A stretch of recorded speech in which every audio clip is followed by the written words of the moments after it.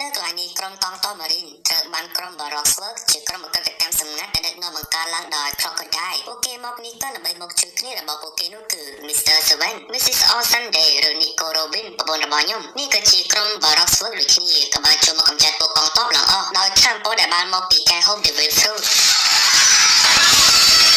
តែពេលចូលមកដល់ខាងក្នុងមើលទៅ Mr. Seven វាស្លាប់បាត់ហើយអ្នកដែលសម្លាប់ Mr. Seven គឺជា Zoro នឹងឯងគឺបែបនោះពួកគេភ័យមែនតែបើសិនជា Crocodile ដឹងពីរឿងនេះប្រកាសជាមានរឿងធំចឹងហើយពួកគេត្រូវការសមាជិកថ្មីដើម្បីបន្តតំណែងពី Mr. Seven តែយ៉ាងណា Robin មិនលើកលែងទៅអស់អ្នកដែលសម្លាប់ Mr. Seven ទេទើប Submarine ម្នាក់ទៀតដែលនាងទូចជីវិតឲ្យថាតើ Zoro នោះទៅណាហើយគេក៏បានប្រាប់ថា Zoro កិច្ចចេញពីគុកទៅបាត់ហើយទៅជាមួយនឹង Captain របស់គេនេះក៏សួរបន្តថាឯណាគេដែលជា Captain របស់ Zoro Robin ក៏ងាកទៅឃើញ poster របស់ Luffy ទើបនាងនឹងថា Captain អ្នកនោះគឺជា Luffy ជាក្រុមចៅសមុទ្រដែលកំពុងធ្វើដំណើរទៅកាន់ Grand Line ងាកមកខាងក្រុមទូប្រយើងវិញឧសពដែលកំពុងតែផលិតអាវុធថ្មីរបស់ខ្លួននោះគឺគ្រាប់ចំពាមរៃចំណែកសាន់ជីកំពុងធ្វើម្ហូបសម្រាប់ក្រុមពួកគេប្រុសស៊ីសានវិចចំណែកអាចារ្យមកពិសេសគឺសម្រាប់នាងណាមីមើលទៅពួកគេកំពុងតែជួបបញ្ហានោះគឺខ្វះអាហារសម្រាប់ធ្វើដំណើរនិងគ្រឿងតុបតែងសម្រាប់ទូមួយនេះគិតទៅវាក៏អស់លុយច្រើនណាស់ចំពោះរឿងនេះយល់ល្អពួកគេគួរតែទៅពិភាក្សាជាមួយនឹងណាមីដែលកំពុងតែមើលផែនទីដើម្បីរកផ្លូវល្អទៅកាន់ Grand Line មើលទៅពួកគេមានតែជិះឆ្លងកាត់ភ្នំដែលជាខ្សែទឹកមួយនេះជាវិធីល្អបំផុតតែនាងមិនធានារឿងសុវត្ថិភាពប្រមាណទ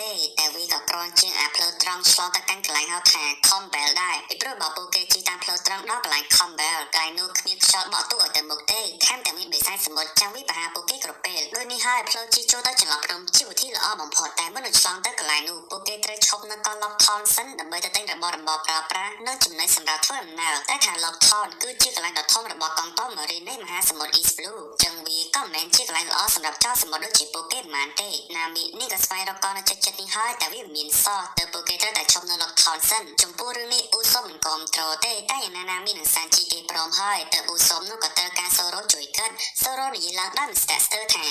អតើឈប់នៅឡុក Thon ហ្មងទៅពីព្រោះគេនោះក៏ត្រូវការដាវថ្មីដែរមនុស្សចុងក្រោយដែលឧសមទៅរកគឺជា Luffy ដែលជា Captain របស់ពួកគេតែពេលលើខាងសានជីទៅទិញអាហារសម្រាប់ពួកគេថែមទាំងលឺណាមីនិយាយទៀតថាឡុក Thon នោះគឺជាកន្លែងដែលប្រហារជីវិតរបស់ Goldie Roger ទៀតរឿងនេះ Luffy រត់ចង់ទៅឡុក Thon ថែមទៀតចឹងគោលដៅរបស់ពួកគេគឺជាឡុក Thon ហើយការក៏ត្រឡប់ទៅអតីតកាលជាថ្ងៃប្រហារជីវិតរបស់ Roger នៅក្នុងគុកនេះកាប់ឧត្តមនាវីឯកក៏បានចូលមករំលឹកការតស៊ូជូរចត់របស់ពួកគេទាំងពីរនាក់កន្លងមកជាច្រើនឆ្នាំនៅទី import ការក៏ជាអ្នកចាប់ខ្លួនរបស់ Goldie Roger បានសម្រេចមុននឹងស្លាប់ Roger នោះក៏បានផ្ដាំផ្ញើដល់កាបថាគាត់នោះមានកូនប្រុសម្នាក់ចឹងហើយមុននឹងស្លាប់គាត់ចង់ឲ្យកាបនោះជួយស្វែងរកកូនប្រុសរបស់គាត់និងជួយមើលថែគេផង Roger មិនចង់ឲ្យចូលវាសនារបស់កូនរបស់គាត់នោះត្រូវមកដូចគាត់អញ្ចឹងទេកាបមិនបាននិយាយអីដែរតែមុននឹងចេញ Roger ក៏បន្តនិយាយថាការស្លាប់របស់គាត់នោះវាមិនធ្វើឲ្យពួកចោរសមុទ្ររលាយសាបសូន្យឡើយវានៅតែមានបែបនេះរហូតត្រឡប់មកបច្ចុប្បន្នវិញនៅទី import ក្រុម Luffy ក៏បានមកដល់ Lock Town អាចថា Luffy រំភើបណាស់ពេលមកដល់កន្លែងនេះពីព្រោះវាគឺជាកន្លែង Goldie Roger ត្រូវប្រហារជីវិតជាពិសេសថ្ងៃនេះគឺជាថ្ងៃគម្រប់ខួប42ឆ្នាំនៃការប្រហារជីវិតរបស់ Goldie Roger ដូចគ្នាទៅធ្វើមានមនុស្សមកលេងច្រើនមុននឹងចែកផ្លូវគ្នាតែអីណាមីមិនចង់ពួកគេបញ្ចេញមុខខ្លាំងពេកទេនោះតែមានរឿងពីព្រោះកំ ផ្លេចថា Luffy ជាប់ឈ្មោះជាចោរសមុទ្រដែល Marine ត្រូវការខ្លួនបំផុតមិនមែនមានត្រឹមតែ Marine ទេវានៅមានអ្នកផ្សេងៗទៀតត្រូវការខ្លួនរបស់ Luffy ដោយសារតែ Luffy នោះមានតម្លៃដល់30លានបារីសាជាដែល Luffy ទៅតែមកហូបពីព្រោះតែ Luffy ចង់ទៅឃើញកន្លែងប្រហារជីវិតរបស់ Roger ផ្ទាល់ភ្នែកទៅ Nami នោះក៏ឲ្យលើទៅកាន់ Sanji Zoro វិញក៏ត្រូវការដាវដែរទៅសុំលុយ Nami ដូចគ្នា Nami ក៏បាត់ថាចំប្រុសតែថានាងមិនឲ្យ free ទេនាងឲ្យខ្ចីថែមទាំងកិច្ចការប្រាក់ 300% ថែមទៀតដោយសារគ្មានជំរឿនមានតែតាមចិត្តមនុស្សស្រីស្រឡាញ់លុយដូចជា Nami នៅកន្លែងនេះវាកំពុងតែមានមនុស្សម្នាក់លួចសម្លឹងតាមដានពួកគេ Nami ក៏បានប្រាប់ពួកគេបន្តថាបើធ្វើអីហើយពួកគេនឹងមកជួបគ្នានៅកន្លែងដើមវិញងាកមកខាងបរិមម្នាក់នេះវិញគេមានឈ្មោះថា Smoker គេគឺជាកាប់តាន់នៅកន្លែងនេះមិនត្រឹមតែប៉ុណ្ណោះ Smoker ក៏បានចាប់ខ្លួនរបស់ចោរសមុទ្រម្នាក់ហៅថា Gose បានម្នាក់ថែមទៀត Smoker ក៏បានសួរកូនចោរថាតើម្នាក់ស្រីឈ្មោះថា Tashiki តាណាហើយតែបរិមម្នាក់នេះក៏បានប្រាប់ថាគេក៏មិនដឹងថានាងតាណាដែរ Zoro ដែលកំពុងតែស្វែងរកកន្លែងលោកដាវសត្វតែគេដើរបោកម្នាក់ស្រីនេះពេលឃើញនាងគេស្មានតែជាមិត្តកាលពីនៅក្មេងពីប្រូបសដូចគ្នាតែតាមពិតទៅនាងមិនមែនទេនាងពិតជាសំទោសណាស់ដែលដើរបោក Zoro ចឹងហើយ Zoro មានអីនាងជួយដូចជាប្រាប់ផ្លូវនាងអាចជួយបានតែនាងឃើញ Zoro ដូចជាវែងផ្លូវ Zoro ក៏បានតបថាមិនបានវែងទេខ្ញុំនេះមិនមែនវែងផ្លូវមនុស្សដូចជាខ្ញុំណាឬដើររកផ្លូវជំនាញណាឬជើងនាងក៏បានថៃដែរតែពេលឃើញ Zoro មានដាវនាងពិតជាចាប់អារម្មណ៍ណាស់នៅទីពោ Zoro ក៏រកឃើញកន្លែងលក់ដាវនៅតែក្នុងមានដាវច្រើនប្រភេទមែនតើតែកាលដែលអ្នកលក់បានឃើញដាវរបស់ Zoro ក៏ពិតជាចង់បានវាណាទោះបីមកថានេះគឺជាដាវធម្មតាតែអ្នកលក់ម្នាក់នេះពិតជាចង់បានវាមែនតើទៅចង់ទិញដាវរបស់ Zoro ក្នុងតម្លៃ 750,000 បារីថែមជាមួយនឹងដាវ3 Zoro ពីលើទៀតអាចរើសតាមចិត្តតែមិន មិនទាន់បានយល់ព្រមគ្នាផងស្រាប់តែអ្នកស្រីមិននឹងកំងរកសូរ៉ូដល់កន្លែងនេះដោយសារតែដាវរបស់សូរ៉ូជាដាវហៅថា The Wado Ichimonji ដាវនេះ21ដល់កម្រនិងមានតម្លៃបំផុតតែមិននាងប្រាប់សូរ៉ូដាវនេះបើអាចយកលក់គឺមានតម្លៃប្រហែល10លានបេរីឯអ្នកលក់នេះឡាហួរចិត្តពីប្រូគេប៊ីនឹងបោកសូរ៉ូទិញវាក្នុងតម្លៃ%ហើយតើនេះធ្វើឲ្យខូចការអស់នាងមកនេះក៏ដើម្បីយកដាវរបស់នាងដែរនាងបានមកតាំងចិត្តតាមសូរ៉ូទេដាវមើលចូលមើលឡារហូតសូរ៉ូក៏ប្រទាក់ផ្នែកដាវមួយនេះគ្រាន់តែឃើញដាវនាងចាប់អើណាហេតុអីក៏វានៅទីនេះបានវាគឺជាដាវសិនដាច់ចិត្តសឹកជាដាវម្ដាសាដល់ថ្នាក់អ្នកជំនាញប្រើដាវដល់ពូកែបើបានគ្រប់គ្រងដាវមួយនេះហើយពួកគេនឹងជួបជោគវាសនាទៅកាន់សេចក្តីស្លាប់សូម្បីអ្នកលក់ក៏និយាយអញ្ចឹងដែរគាត់មិនអាចលក់ដាវមួយនេះឲ្យសូរ៉ូបានទេតាមពិតទៅក៏ចង់យកវាបោះចោលយូរហើយតែមិនហ៊ានខ្លាចជាប់ម្ដាសាអស់មួយជីវិតចឹងហើយអ្នកប្រើដាវទាំងអស់លើលោកគ្មានណាម្នាក់ហ៊ានប្រើដាវមួយនេះទេតែសូរ៉ូដូចជាមិនខ្លាចសោះបើសិនជាដាវនេះពិតជាមានម្ដាសាមែនដែលធ្វើឲ្យជោគវាសនារបស់គេត្រូវចប់មែនគេនឹងសាកល្បងនឹងវាទៅចុះបើគេឈ្នះក៏នឹងបកកដាវមួយនេះឲ្យគេ free សូរ៉ូក៏បានបោះដាវឡើងលើដើម្បីធ្លាក់ចូលមកកាន់ដៃរបស់ខ្លួនតែដាវនោះបែរជាមិនធ្វើឲ្យមកលើសូរ៉ូសោះចឹងហើយមានន័យថាគេឈ្នះហើយគេស័ក្តិសមនឹងប្រើវានៅពេលដែលឃើញភាពក្លាហាននិងខ្សែភ្នែករបស់សូរ៉ូអ្នកលក់ម្នាក់នេះពិតជាពេញចិត្តណាស់ក៏មិនដែលជួបអ្នកប្រើដាវដូចជាសូរ៉ូទេគាត់ក៏បញ្ញាប់យកដាវមួយទៀតឲ្យសូរ៉ូប្រើវាគឺជាដាវដ៏ល្អបំផុតនៅក្នុងហាងរបស់គាត់សូរ៉ូប្រាប់ថាគេមិនមានលុយគ្រប់គ្រាន់ដើម្បីទិញវាទេតែអ្នកលក់ប្រាប់ថាដាវដែលសូរ៉ូយកពីហាងរបស់គាត់មិនគិតលុយសំបីតែមួយកាក់ជាពិសេសក៏ពិតជាសុំទោសបិទមែនដែលបោកបញ្ឆោតសូរ៉ូដើម្បីចង់យកដាវរបស់គេដោយសារតែដាវរបស់សូរ៉ូជាដាវដែលគាត់នឹងមិនធ្លាប់ឃើញវាយូរយ៉ាងហើយទើបគាត់នឹងចង់បានបែបនោះបន្តមកសូរ៉ូក៏បានអរគុណគាត់ហើយម្នាក់ស្រីនេះដែលបានជួយណែនាំគេឬក៏ចាក់ចេញពីកន្លែងនេះងាកមកខាងលូហ្វីនិងសាន់ជីវិញនៅខណៈសាន់ជីកំពុងតែទិញម្ហូបលូហ្វីក៏ដើរស្វែងរកកន្លែងប្រហែលជីវិតរបស់រ៉ូជ័រមុនបាត់ទៅតាមផ្លូវគេក៏បានជួបនឹងអាឡបងនេះមើលទៅវាដូចជាស្គាល់លូហ្វីច្បាស់ណាស់ពីព្រោះតែវាដឹងថាលូហ្វីគឺជាបុគ្គលដែលមានតម្លៃខ្លាំងក្នុងការចាប់ទៅឲ្យកងទ័ពម៉ារីនហើយអាឡបងនេះមានឈ្មោះថាបាថូឡូមីអូអ្នកមើលអេនីមេប្រកាសជាស្គាល់អាប៉ែនេះហើយបាថូវីក៏និយាយប្រាប់លូហ្វីថាចង់វានោះនឹងនាំលូហ្វីទៅកាន់កន្លែងប្រហែលជីវិតរបស់រ៉ូជ័រឯងព្រោះតែបានឃើញផ្ទាល់ផ្នែកបែបនេះលូហ្វីពិតជាសប្បាយចិត្តណាស់ពីព្រោះវាគឺជាកន្លែងដែលចាប់ផ្ដើមគ្រប់យ៉ាងរួមទាំងដំណើរការស្វែងរក One Piece ផងដែរសុកមុខរបស់គេក៏ហោះចេញពីក្បាលលូហ្វីដែលកំពុងតែដេញតាមចាប់មុខរបស់គេបានជួបនឹងស្រូវចាស់របស់ខ្លួនឃើញបាននោះលូហ្វីក៏និយាយថាមិនបានជួបគ្នាយូរហើយបាននេះមិនមែនបាននេះទេវើយយើងគឺជាបាគីវើយនៅហើយគេគឺជាបាគីស្រូវចាស់របស់លូហ្វីតែវាមិនមែនមកម្នាក់ឯងទេវាក៏បាននាំស្រូវចាស់ម្នាក់ទៀតរបស់លូហ្វីមកជាមួយផងដែរអ្នកនោះគឺជាចៅសមុទ្រអាវីដាលូហ្វីដែលបានឃើញនាងគេពិតជាភ្ញាក់ផ្អើលខ្លាំងណាស់ពីព្រោះរូបរាងរបស់នាងមិនថតដូចមុនជាពិសេសនាងមកជាមួយនឹងខាំពោទៀតផងពីព្រោះតែនាងនោះបានហូប Devil Fruit ហៅថា Slip Fruit វាគឺជាខាំពោរំអើតដែលមាននរណាម្នាក់អាចវាយនាងត្រូវទេលឺអញ្ចឹងលូហ្វីក៏ចង់សារតែដូចជាបានឃើញអញ្ចឹងមួយដៃរបស់លូហ្វីមិននឹងរអិលចេញពីមុខរបស់នាងបានក៏រឹតថាក្បាច់ដដែលរបស់លូហ្វីអាចធ្វើអីមើលនាងបាននោះមួយដំបងរបស់នាងលូហ្វីឡើងខ្ទាតពេលបោកភ្នែកឡើងមកលូហ្វីបែរជាមានអារម្មណ៍អស់កម្លាំងក្នុងខ្លួនមិនអាចសំបីតែកម្រើកដៃនឹងជើងបានសោះបើគេក៏បានប្រាប់ថាបានជាលូហ្វីខ្សោយក៏ដោយសារតែមានខ្នោះដៃដែលធ្វើឡើងពីថ្មខៃរ៉ូហើយនេះដែលបានថាំពោពីការហូប Devil Fruit ថ្មខៃរ៉ូនៅទឹកសមុទ្រគឺជាចំណុចខ្សោយរបស់ពួកគេតែនៅក្នុងដៃនេះធ្វើឡើងដោយថ្មខៃរ៉ូទើបលូហ្វីមានកម្លាំងក្នុងខ្លួនសំបីតែបន្តិចងាកមកខាងនេះវិញខាងកងទ័ពម៉ារីនក៏បានយករឿងរបស់ក្រុមចៅសមុទ្រនិងរឿងលូហ្វីកំពុងវាយគ្នានោះមករីកាដល់ Smoker ជាពិសេសយើងក៏ដឹងទេថាអ្នកស្រីនៅក្នុងហាងលក់ដាវជាមួយនឹងសូរ៉ូនេះគឺជាថាជាគីដែល Smoker កំពុងតែស្វែងរកនាងប្រៀបបានដូចជាកូនសិស្សរបស់ Smoker អញ្ចឹងដោយមិនចាំយូរពួកគេក៏ប្រញាប់នាំគ្នាទៅកន្លែងកើតហេតុណាមីនិងអ៊ូសូបដែលតែរបស់អស់ហើយទៅមកជុំគ្នានៅកន្លែងដើមសូរ៉ូក៏បកគលលុយឲ្យនាងទាំងអស់វិញពីព្រោះគេមិនបានប្រើវាទេដាវនេះអ្នកលក់ឲ្យ free ណាមីក៏បានថាវាមិនដែរតែបាន free នៅឬមួយសូរ៉ូទៅសម្រាប់អ្នកលក់បាត់ហើយសូរ៉ូក៏បានតបថាមិនបានទេវើតែយ៉ាងណាទោះបីយកលុយមកសងគ្រប់ហើយណាមីនៅតែគិតថ្លៃការប្រាក់ដដែលអញ្ចឹងកុំភ្លេចសងនាងផងសាន់ជីដែលមកដល់ហើយតែដែលមិនឃើញលូហ្វីនៅជាមួយណាមីបារ៉ាមែនតែចំណែកសាន់ជីស្មានតែលូហ្វីមកមុនតើគេមិនដឹងពិតមែនតែមើលទៅមនុស្សម្នាកំពុងតែនាំគ្នារត់ទៅមើលអីមួយទៅក្រុមទូប្រយើងក៏នាំទៅតាមដែរវាអាចជាលូហ្វីគេថាបានលូហ្វីដែលកំពុងតែត្រូវបានបាគីនិងអាវីដាចង់នាំគេទៅកាត់ក្បាលភ្លាមនោះក្រុមណាមីក៏បានមកដល់គេបាននោះបាគីទុកឲ្យអាវីដាជាអ្នកទៅចាត់ការក្រុមណាមីចំណែកគេវិញនឹងនាំលូហ្វីទៅកាត់ក្បាលនៅកន្លែងប្រហែលជីវិតហើយការតស៊ូក៏ចាប់ផ្ដើមឡើងណាមីដែលចូលទៅវាយអាវីដាមួយដំបងក៏មិនអាចធ្វើអីម្លឹងនាងបានសោះដោយសារតែខ្លួនប្រាណរបស់អាវីដាមានថាំពរអិលចឹងតែមិនអាចវាយនាងត្រូវនឹងធ្វើនាងជឿខ្លួនបានទេសូរ៉ូដែលបានដាវ3បាច់ដាវរបស់គេមិនធម្មតាសាន់ជីក៏ដូចគ្នាមួយជើងរបស់គេពួកនោះឡើងខ្ទៀតចំណែកណាមីវិញមើលទៅនាងមិនអាចយកឈ្នះអាវីដាបានសោះនៅពេលដែលដឹងពីថាំពរអិលរបស់អាវីដាអូសូក៏បានយកក្រុមរែងដែលខ្លួនបានផលិតនោះបានតម្រូវមករកអាវីដាណាមីក៏បានវាយស្បែកជើងរបស់ របស់អវិដាឡារបូតក្នុងការដើម្បីជើងរបស់នាងជន់ដី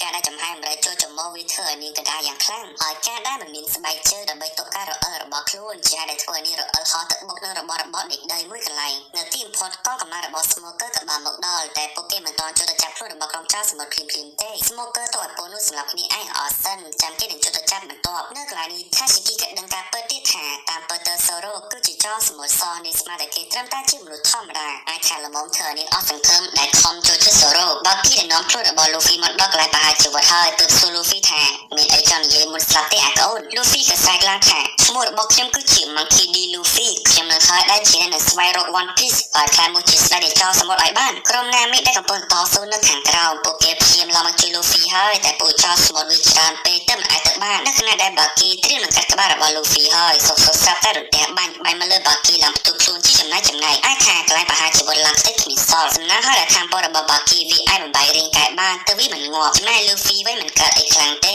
ជាពិសេសខ្នោតដៃថ្ម Kairo ក៏របូតទៀតទឹកកម្លាំងរបស់ Luffy ត្រឡប់មកវិញ Smoker ដែលចូលមកចាប់ពួកគេហើយ Nami Usopp ក៏នាំគ្នារត់ត្រឡប់ទៅទូកវិញចំណែកឯ Luffy Sanji និង Zoro ក៏រត់ទៅក្នុងផ្សេងជាហើយដែល Zoro នោះត្រូវជួបនឹង Tashiki អាចថានាងខឹងណាស់ពេលដឹងថា Zoro គឺជាចៅសមុទ្រចឹងហើយនាងមិនដល់ Zoro រួចខ្លួនទេហើយដែលមានតម្លៃទាំងនោះ Zoro មិនស័ក្តិសមនឹងប្រាវវាឡើយតែគេដឹងថា Zoro ខ្លាចនោះ Zoro ប្រាប់ឲ្យ Sanji Luffy ទៅទូមិនសិនទៅចាំគេនឹងចាត់ការម្នាក់ស្រីនេះហើយការតស៊ូរបស់អ្នកប្រាដាដូចគ្នាក៏ចាប់ដើមមើលទៅ Zoro ដូចជាថ្នាំដៃនឹងនាងណាចំណែកនាងវិញខំប្រឹងវាយ Zoro មែនតែគេដឹងថាសមត្ថភាពដូចជានាងអាចឈ្នះគេបាននោះមួយដាវចាក់អារបស់នាងក៏ទៅយ៉ាងមួយកន្លែងមុនដំបូងនាងគិតថាជីវិតរបស់នាងត្រូវចប់នៅកន្លែងនេះហើយតែ Zoro មិនបានតាំងចិត្តថានឹងសម្រាប់នាងទេជាដែលនាងភ្ញាក់ផ្អើលមែនតែតែ Zoro គឺជាចៅសមុទ្រពួកចៅសមុទ្រជាពួកសហគមន៍ខើហេតុអីក៏ប្រមសម្រាប់នាងទៅ Zoro មិនបានតបអីទេបានត្រឹមតែដើរចេញទៅរកពួកកាន់មកកន្លែងរបស់ Luffy និង Sanji វិញពួកគេបានជួបនឹង Smoker ជាបុគ្គលដែលខ្លាំងជាងគេនៅកន្លែងនេះមើលទៅពួកគេដូចជាមើលងាយសមត្ថភាពរបស់ Smoker ណា Sanji ដែលជួយទៅ Smoker ការតបរបស់គេបានជាមិនអាចធ្វើអីមកលើ Smoker បានឡើយដោយសារតែ Smoker គឺជាបុគ្គលដែលមានថាមពលរបស់ Devil Fruit ដូចគ្នា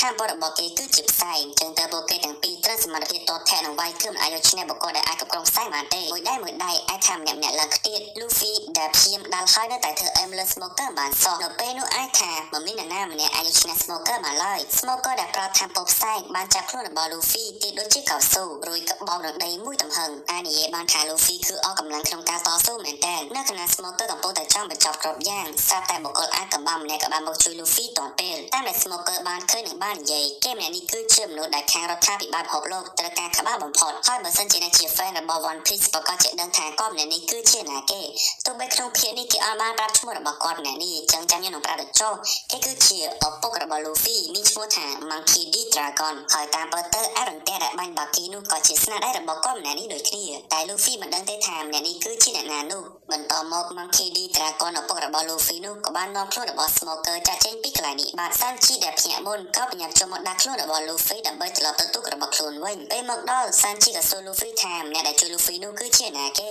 តែ Luffy ក៏មិនដឹងដូចគ្នាបន្តមកពួកគេក៏បញ្ញាប់ចាក់ចេញពីលោកថនខ្សែភ្នែកដែលកំពុងតែសម្លឹងមើលការចាក់ចេញរបស់កូនប្រុស Monkey D Dragon ក៏និយាយឡើងថានេះឬផ្លូវដែលឯងបានជ្រើសដើរនោះបើអញ្ចឹងមែនជូនពរឲ្យសំណាងល្អនៅកន្លែងនេះទោះបីគេមិនតបបង្ហាញតែតាមការស្លៀកពាក់របស់អ្នកនៅពីក្រោយខ្នងរបស់ Monkey D Dragon ខ្ញុំប្រកាសចិត្តណាស់ថាគេគឺជាសាបូ 100% មកនៅទីបំផុតពួកគេក៏បានមកដល់ខ្សែទឹកចន្លោះភ្នំហៅថា Reverse Mountain ជាផ្លូវកាត់ទៅកាន់ Grand Line គ្រប់គ្នាសប្បាយចិត្តណាស់លើកឡើងតែអូសពគ្នាកំពុងតែខ្លាចពីព្រោះតែគេមិនដឹងទេថានៅខាងមុខពួកគេនឹងជួបស្អីខ្លះនៅចន្លោះផ្លូវឡើងទៅភ្នំ Reverse Mountain វាមានខ្សែទឹកអាចទីពួកគេឡើងទៅខាងលើកំពូលបានតែបើមិនប្រយ័ត្នទូកមេរីត្រូវបុកនៅថ្មមិនខានជាពិសេសពួកគេមិនអាចវាងបានទេដោយសារតែមាន Red Light បាំងផ្លូវជុំវិញពិភពលោកនេះហើយទើបមិនអាចវាងបានហើយណាពួកគេទាំងអស់គ្នាជឿជាក់លើ Nami ទូកដែលចូលតាមខ្សែទឹក Reverse Mountain នៅតាមផ្លូវវាមានកាកសំណល់បាក់បែករបស់ទូកជាច្រើនដែលមិនអាចឆ្លងទៅម្ខាងទៀតបាន Usopp ដែលមានតួនាទីចាំបញ្ជាទូកអ្នកផ្សេងវិញចាំមើលផ្លូវទម្រាំកិច្ចពីថ្មមួយទៅថ្មមួយវាពិបាកមែនតើហើយការរក្សាទឹកវាទាញហូររត់តែខ្លាំងការបញ្ជាទូកទៅតាមទឹកដៅនីមួយៗវាពិបាកណាស់មើលទៅ Usopp អ្នកឯងទប់ចង្កូតទូកមិនជាប់ទេខ្សែទឹកវាទាញខ្លាំងពេកទើប Sanji និង Zoro ចូលមកជួយទាញ Nami ដែលកំពុងតែហាមពួកគេកុំប្រើកម្លាំងពេកទៅវាបាក់និយាយមិនតន់ផុតមកផងចង្កូតទូកបាក់ប៉ាត់មែនម្ដាយពួកគេនោះមិនអាចបញ្ជាបានទៀតទើប Luffy ប្រើដៃជួយបដូរទិសដៅជំនួសវិញតម្រាំឡើងមកដល់កំពូលពួកគេម្ អ្នកព្យាយាមអស់ពីសមត្ថភាពដើម្បីកុំឲ្យទូមេរីត្រូវខូចខាតហើយនៅទីបំផុតពួកគេក៏រួចផុតពីខ្សែទឹកឡើងមកដល់ខាងលើបានសម្រេចរួចក៏បោះចូលតាមចន្លោះទៅកាន់មហាសមុទ្រ Greenland ម្ដងលើកនេះមានតែចាំឲ្យទូចូលទៅខាងក្រោមវិញតែបញ្ហាវាមិនទាន់ចប់ទេពីព្រោះពេលដែលទូចូលទៅវិញវាកំពុងតែមានបន្លែដ៏ធំកំពុងតែបាំងផ្លូវទូរបស់ពួកគេឃើញបាននោះ Luffy ក៏ហត់ទៅចាត់ការវាតែខ្លួនប្រាណរបស់បន្លែធំពេកទៅមិនអាចធ្វើអីបានមើលទៅមានតែ Luffy តែម្នាក់ទេដែលរួចខ្លួនពីព្រោះអ្នកផ្សេងកំពុងតែត្រូវបានបន្លែហាមាត់លេបចូលទៅទាំងទូ Luffy ដែលព្យាយាមស្រែប្រាក់ឲ្យបន្លែខ្ចាក់មិត្តរបស់គេចេញមកតែបន្លែវាមិនស្ដាប់សោះពីព្រោះវារវល់តែយកក្បាលនោះបុកនឹងថ្មរហូតដល់ថ្នាក់ក្បាលរបស់វាឡើងរហែកស្បែក Luffy មិនដឹងទេថាវាកំពុងតែធ្វើអីតែពេលនេះគេត្រូវតែរកវិធីជួយមិត្តរបស់គេចេញពីមាត់របស់បន្លែឲ្យបាននៅកន្លែងនេះវាមិនមែនមានត្រឹមតែ Luffy ទេលោកអ៊ំអ្នកនេះឈ្មោះថា Crocus Coroner Reverse Mountain មកយូរហើយគាត់ក៏បានបាច់ឆ្នាំស្លាប់ទៅកាន់ត្រីបន្លែនោះជាដែលវាស្លាប់មិនបន្តយកក្បាលបុកនឹងថ្ម Red Line តទៅទៀត Luffy ក៏បានអង្វរគាត់ដើម្បីជួយមិត្តរបស់ខ្លួនចេញពីមាត់របស់ត្រីបន្លែតែគាត់បានជាតបថាមិនអាចទេមិត្តរបស់អាចស្លាប់អស់ហើយអ្នកដែលធ្លាក់ចូលក្នុងមាត់បន្លែនោះគឺមិនមាននរណាម្នាក់ចេញមកទាំងរស់ទេត្រឡប់មកខាងក្នុងខ្លួនរបស់ត្រីបន្លែវិញពេលនេះក្រុមណាមីមិនកើតអីទេពួកគេគួរតែរកមធ្យោបាយចាក់ចេញពីមាត់របស់ត្រីបន្លែឲ្យបានតែចង្កូតទុកវាបាក់អស់ហើយតោះតែមានចង្កូតថ្មីទៅអាចជួយបានម្ដងទៀតតែនៅខាងក្នុងខ្លួនរបស់បន្លែមើលទៅវាមានកាកសំណល់របស់ទូកចោលសមុទ្រជាច្រើនដែលបាក់បែកនៅក្នុងនេះមិនមែនមានត្រឹមតែកាកសំណល់ទូទេវានៅមានសាកសពរបស់ឆ្អឹងមនុស្សដែលស្លាប់ទៀតផងចឹងហើយណាមីចង់ឲ្យពួកគេជួយគ្នាស្វែងរកចង្កូតថ្មីនៅខាងក្នុងនេះប្រកាសណាវានឹងមានហេតុការណ៍ក៏ត្រឡប់មកឡុកថនវិញឧត្តមនាវីអាចកាបបានមករក Smoker ដល់កន្លែងនេះដើម្បីមានរឿងចង់និយាយជាមួយនឹងគេកាបក៏បាននាំ Kobe និង Ham Maple មកជាមួយផងដែរកុំឲ្យពួកគេនោះដេកទៅលើទូពេលចេញមកដល់ខាងក្រៅខ្លះចំណែក Luffy វិញគេនៅតែព្រមចូលចាញ់ទៅព្យាយាមស្រែបង្ខំឲ្យ Crocus ជួយតាមដែល Luffy សង្កេតគាត់ដូចជាស្គាល់ត្រីបន្លែនេះច្បាស់ណាស់ឃើញគាត់ងាយបើកទ្វារ Luffy ក៏ទម្លុះចូលមកតែម្ដងដោយសារតែភាពរឹងរូសរំខានពេកទៅនៅទីបំផុត Crocus ក៏សម្រេចចិត្តជួយ Luffy ងាកមកខាងកាបនិង Smoker ថានឹងសូមអនុញ្ញាតពីគាត់នោះដើម្បីទៅកាន់ Grand Line ក្នុងការចាប់ខ្លួនរបស់ក្រុម Luffy តែកាបមិនចង់ឲ្យ Smoker ធ្វើអញ្ចឹងទេក្រុមចោរសមុទ្រ Luffy គឺតូចតាចណាស់តែគាត់មានរឿងធំនិងគួរឲ្យបារម្ភជាងនេះទៅទៀតនោះគឺក្រុមហៅថា Baroswer ក្រុមនេះទៅនឹងមកបង្កបញ្ហានៅកន្លែងរបស់កងទ័ព Marine វាជាក្រុមដែលខាងកងទ័ព Marine កំពុងតែដេញតាមចាប់ខ្លួនតែនៅមិនអាចចាប់បានម្នាក់សោះពួកវាម្នាក់មានអត្តសញ្ញាណប្រើឈ្មោះជា Code Name ដែលប្រើឈ្មោះបាជាពិសេសពេលវេលានេះវាកំពុងតែច្បោកច្បល់បន្តិចទៀតវានឹងអាចនឹងមានសង្គ្រាមនៅ Alabasta ទៀតផងមិនត្រឹមតែប៉ុណ្ណោះប្រនេះអាណាចក្រ Alabasta បាត់ខ្លួនទៀតផងប្រហែលនេះត្រូវបានគេចាប់ចម្រិតខ្សែបានចឹងហើយការនឹងអនុញ្ញាតឲ្យ